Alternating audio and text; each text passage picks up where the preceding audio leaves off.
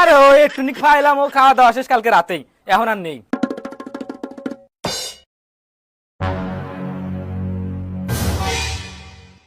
ওরে শালার শালার দুলো ভাই, আমি ভালো করেই জানি তুমি কি মালের মাল। আইসেই যখন পড়িছি তোমার বাড়ি, অত সহজে ছাড়তেছি না। আচ্ছা শোনেন দুলো ভাই, গোশ শেষ হয়ে গেছে তাতে কি হয়েছে, বাজারেও তো গোশ পাওয়া যায়। আর আপনার বাড়ির পরে যখন আইসে পড়িছি তখন 2 দিন বেড়ায় যায়, তারপর যাবানি। এই আসো আসো।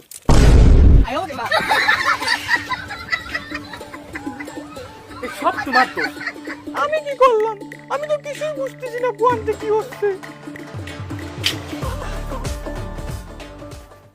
শোনো, 4 দিন আগে যে ডাইল আছে না, ওই খাতি দাও, গোশ বাড়ানোর কোনো দরকার নেই। কি করছো তুমি এসব? 4 দিন আগে ডাল দেবো মানে?